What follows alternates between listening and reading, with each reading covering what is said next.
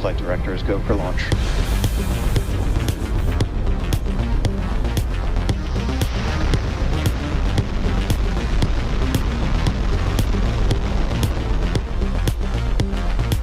Stage separation. Booster light burn center.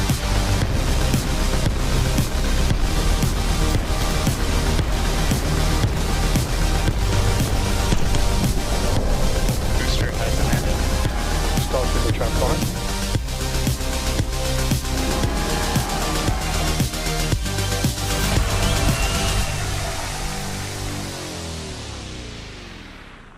Yeah, that's right. And as a member of the Raptor team, I can tell you we're all super excited to finally see the newest generation of Raptor engines, also V3, take flight today.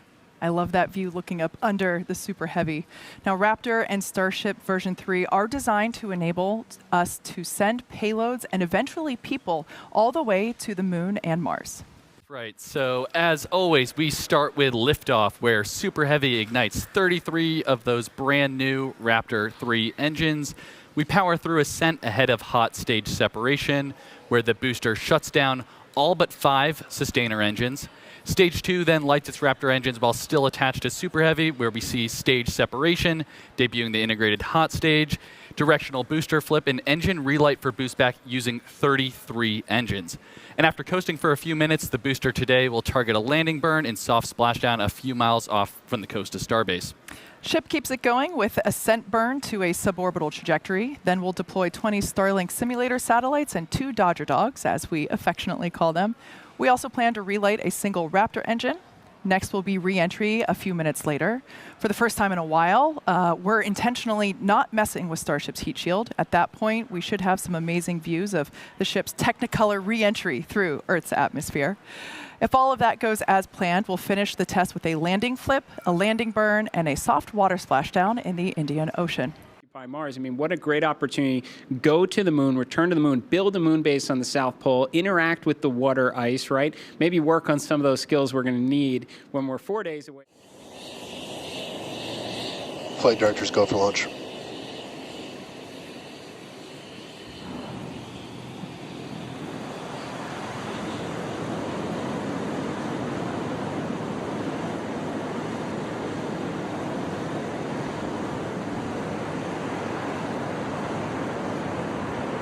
Minus 10, 9, 8, 7, 6, 5, 4, 3, ignition.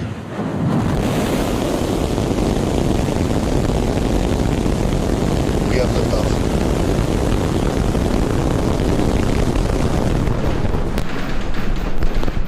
Pitching downrange.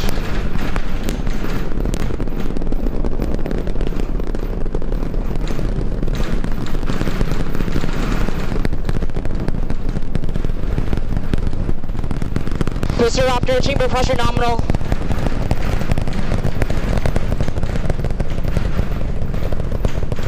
All right, we are T plus 30 seconds into flight, seeing 33 out of 33 Raptor 3 engines on booster V3, ascending over the Gulf now, coming up on maximum aerodynamic pressure.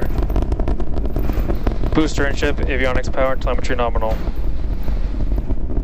Systems looking good. We're just passing through the period of maximum dynamic pressure.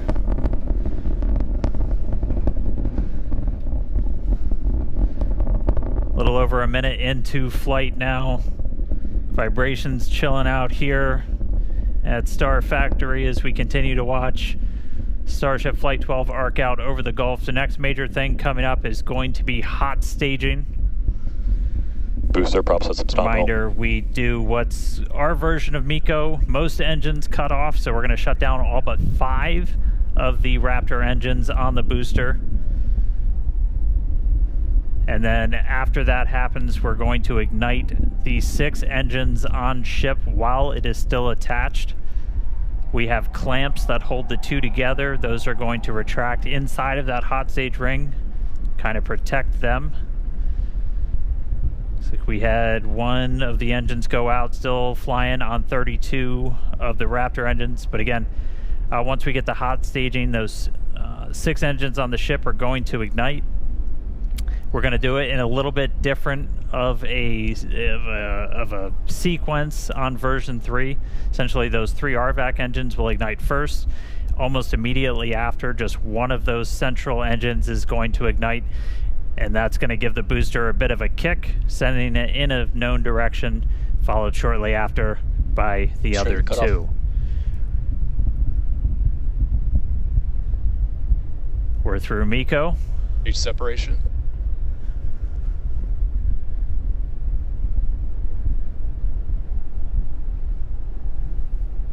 There you go, successful hot staging separation. We are not seeing as many booster engines ignite as we expected for boost back, but we are seeing 6 good engines lit on ship. It looks like we just had an early boost back shutdown. Again, a reminder, the booster was planned to essentially head into the Gulf for a splashdown, but it has shut its engines down early on into boost back. And we just see one of the RVAC, so we're now running on 5 engines on ship. We do have engine out capability, so it's going to continue into its ascent. You got booster on the left there, ship on the right. Ship avionics power Again, and we are telemetry not nominal. planning on bringing the booster back for this flight, as this was the very first time.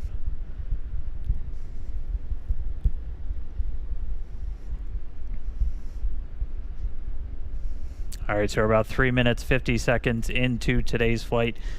Just a reminder that the ship planned to burn its engines for about 8 minutes and change. About 8 minutes and 11 seconds was our planned timeline for today. That could shift slightly as we do have 1 engine out, running on 1 fewer RVACs.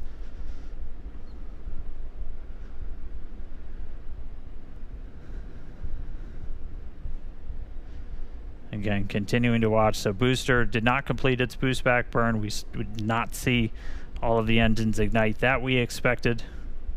Are continuing to get some views from it, though. That's going to make a splashdown somewhere in the Gulf.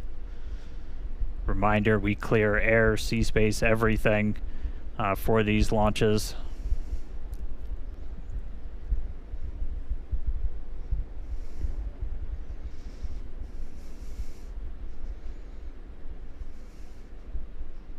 All right, so we are coming up on T plus 5 minutes.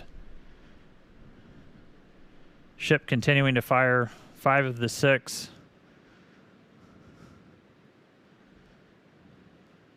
Standing by for callouts, making sure ship's on its planned trajectory. Again, we are planning a suborbital trajectory for the ship today.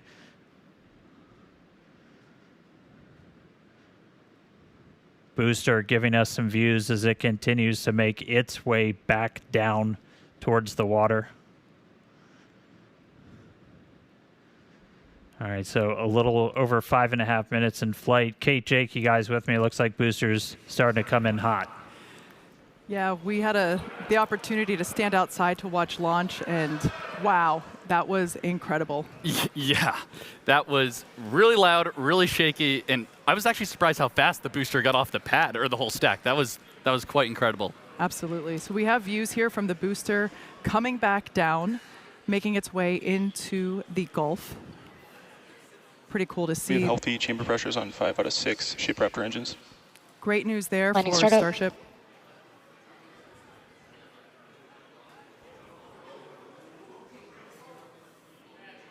Once again, we were not going to bring the super heavy booster back to the tower. We were planning on having it land in the Gulf.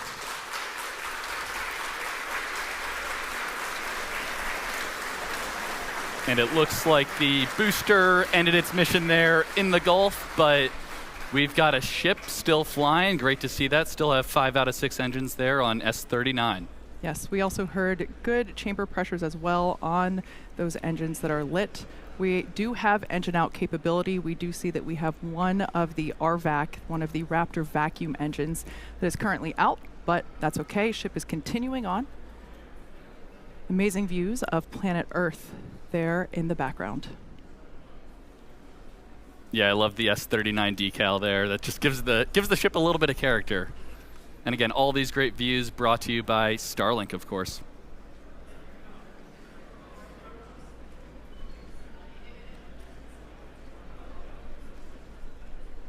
Yeah, obligatory shout out to the entire Starship avionics, camera, electronics team. Did a whole lot of work to get these upgraded cameras. A look inside of the ship skirt, you can see those 3 center engines ignited. The RVAC's continuing to fire as well. We did see at least a couple engines fire up on booster for that landing burn before we lost contact with it. We should have just a little over 20 seconds to go. We'll see if the burn extends a little bit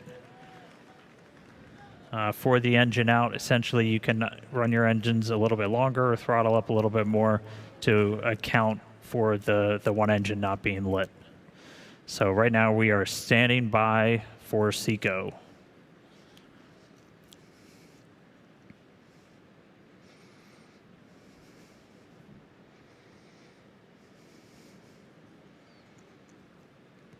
And again, we are continuing to go a little bit longer.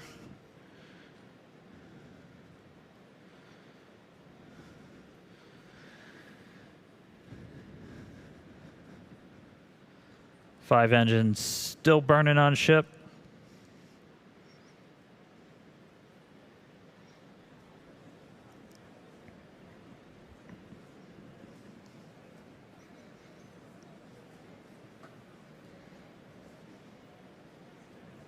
We are coming up on T plus 9 minutes.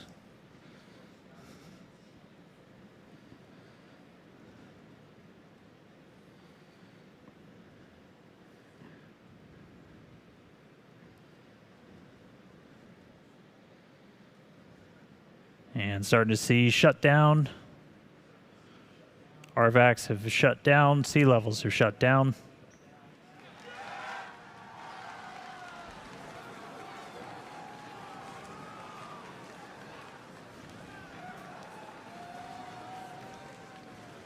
Seeing if we can get an update on the ship orbit insertion, but we have shut down again. We did run longer as we were engine out. We were flying with 5 of those 6 Raptors pretty much the whole time.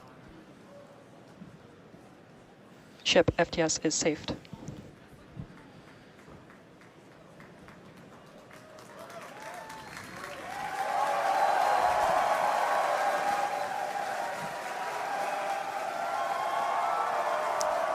All right, well, we definitely got a ship in space right now.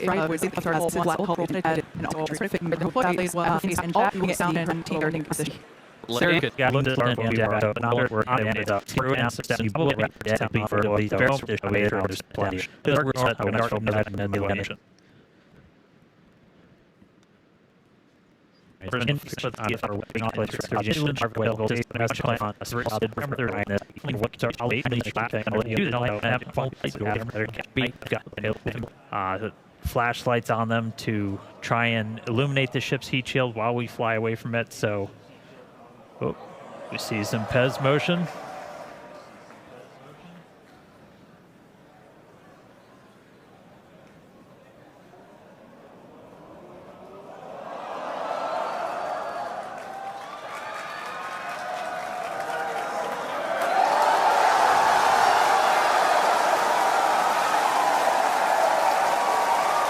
Pew.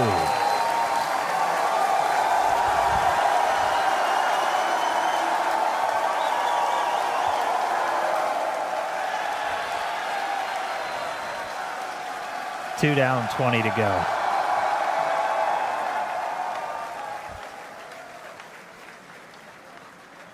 As a reminder, that's one of the things that we upgraded in version 3, kind of gave a little soup up to the PEZ dispenser, so those satellites going to move out a little bit quicker than they did on previous Starship flight tests. So first 2 out the door, 2 more on their way out.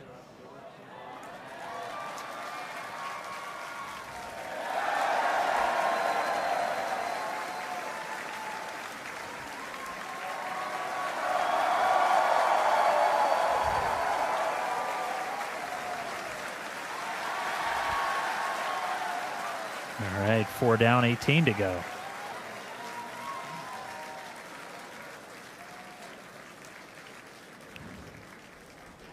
Flexing my basic math skills here today. Again, the majority of this stack, 20 of these 22 satellites, they're essentially just mass simulators, so they're roughly the same size as those Starlink V3 sats that we're hoping to fly later this year.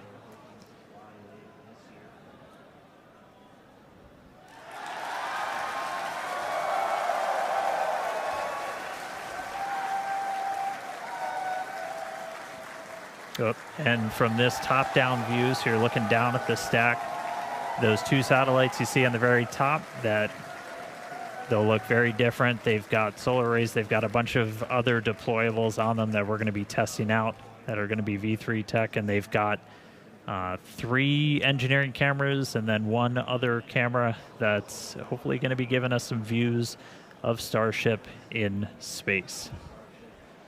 But we will see how that works. Again, this very much a tech demo. We're going to deploy those. The satellite's going to kind of try and turn everything on, look back at Starship, and the primary reason we're trying to do this is to get some views of the heat shield.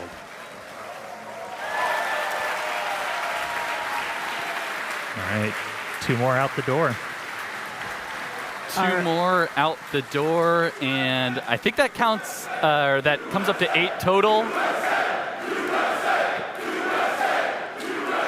As you can tell, the teams are stoked to see this demonstration happening.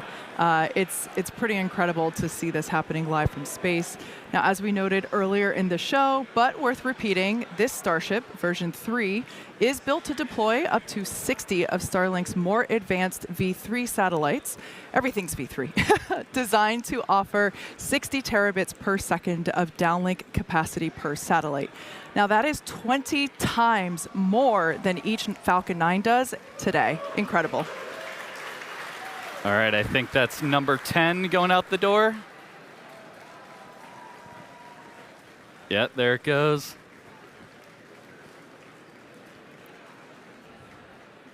So yeah, the camera view you have on your left screen there is basically right at the bottom of the payload volume. So the kind of dome-shaped structure you see there that's actually the top of the fuel tank.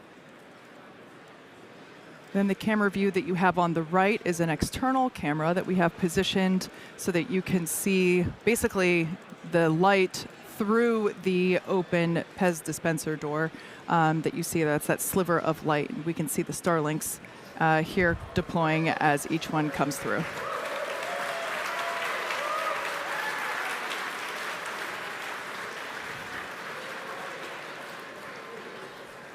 As we mentioned, we have 20 of these Starlink simulator satellites, and then we have 2 of these specially modified, as we call them, Dodger dogs here around here.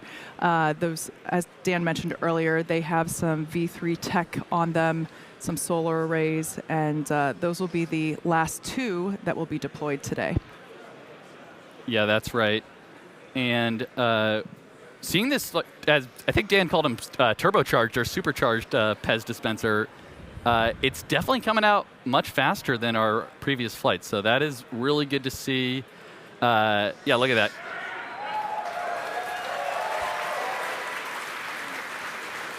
And especially once we, fill Starship up all the way with around 60 or so of these Starlinks, being able to deploy them fairly expediently is going to be important for designing the overall mission profile. Yeah.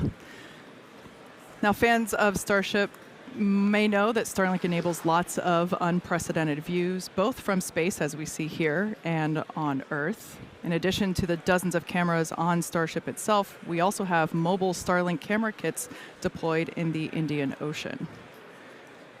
Yes, Starlink also connects our aerial cinematography units on the ground at Starbase and at other strategic camera spots around Texas. It's all part of how it all comes together to tell the incredible story of Starship both on and off planet. Yep. All right, we're getting low on the stack. It looks like we got 2 more of those simulators to go out, and then it will be time for our Dodger Dogs, those modified Starlink satellites. Just a couple of updates while we continue to watch payload deploy. Did get confirmation we're going to be skipping that relight of the Raptor engine, just due to everything that we saw on the way uphill. Those sea-level engines, we're going to use them for a landing burn, though. They are still capable to be used for that. So we'll still look to do a controlled landing in the Gulf, but no in-space relight.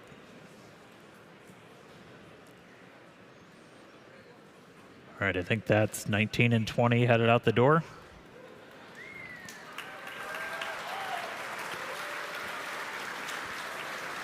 And then coming up are our Dodger Dogs. So these are modified V2 Starlink satellites.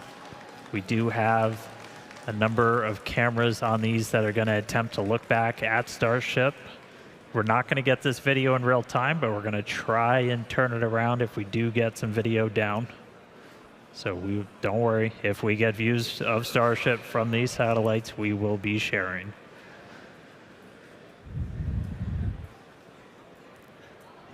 And these will be exciting because, again, they're really a tech demo, getting our chance to test out some of the technologies for version 3.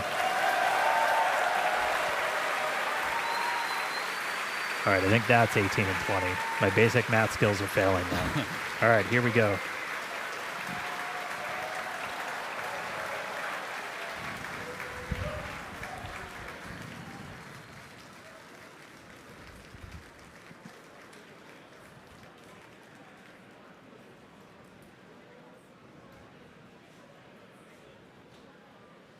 We're standing by for Starship, basically to serve the first Dodger Dogs to low Earth orbit.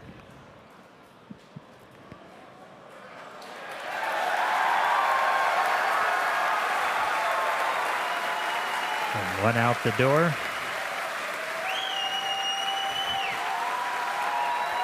And from this view, you can kind of see on the right side of the satellite, you see some bright white spots. Those are our flashlights. Beneath them, the camera is going to attempt to look back and image Starship's heat shield as it flies slowly away from the vehicle. And there it goes.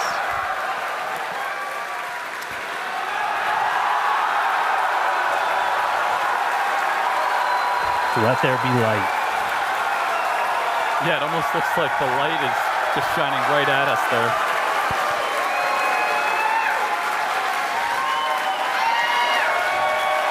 If you couldn't tell, we're pretty excited. Yeah. It is always sunny in space. Always sunny in space, and that looks like an empty payload bay. So Sure does. That's exactly what you want to see there. That's great. So yeah, with payload deploy complete. Oh, you can see the door closing there. All right.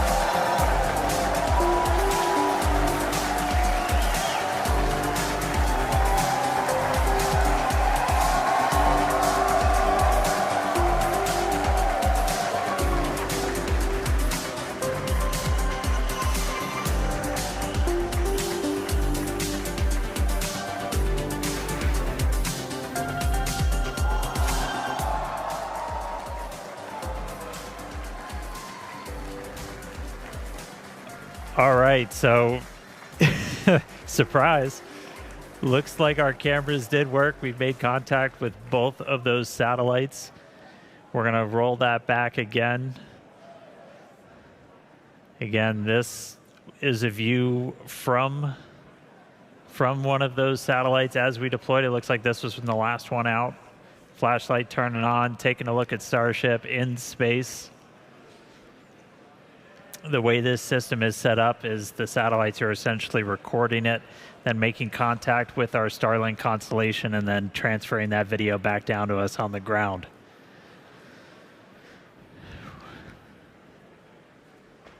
That's a Starship in space. So aside from just being really cool, this was our test to try and develop a free flyer that we could fire outside of Starship's payload bay, look back at it, and then do essentially a pirouette with Starship.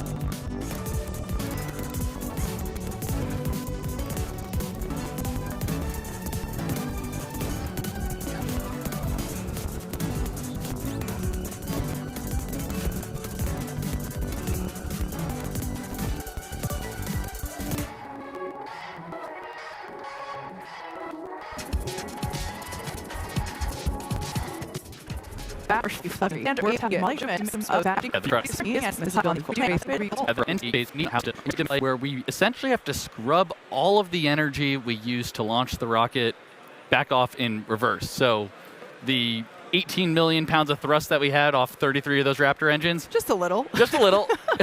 We're now, and then another, several minute burn on the ship. We're now basically undoing all that energy here via aerodynamic braking, essentially. And of course, Starlink is a big part of it, as that's what allows us to actually gather this data and show these live views. And again, the data gathering is really the main reason why we're doing these flight tests. So Starlink provides us just one more path to collect that data that ultimately allows us to rapidly iterate Starship's design. Now, if SHIP manages to make it all the way through re-entry, we'll collect valuable data on the spacecraft flying through the Earth's atmosphere at these hypersonic speeds, which is basically more than 5 times the speed of sound.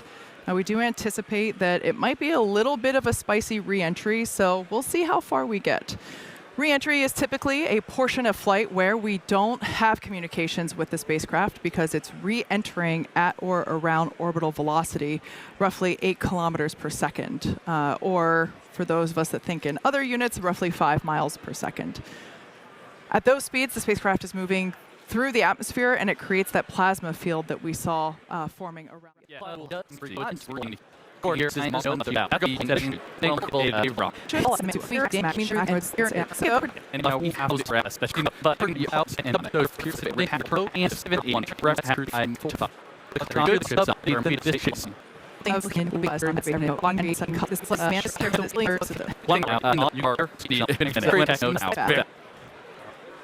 It's in your communication as we as our ship to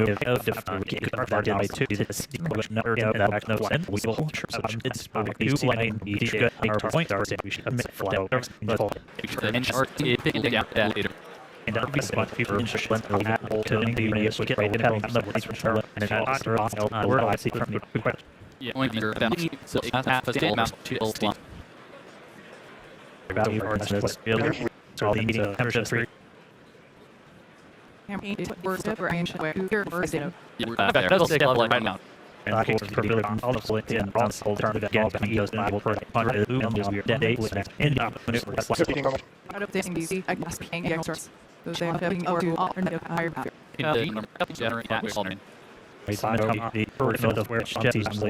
Chip down.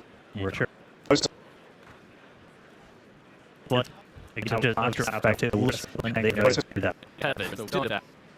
We can have a partner cross rattle and Stop.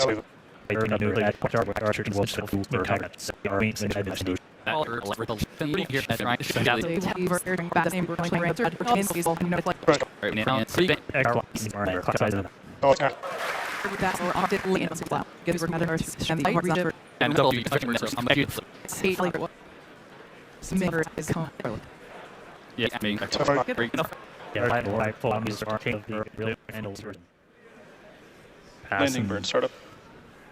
Landing burn startup. 2 engines lit.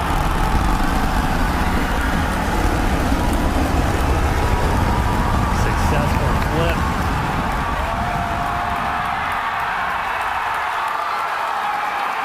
Buoy cam Starship is catching landed. it. Good shut time.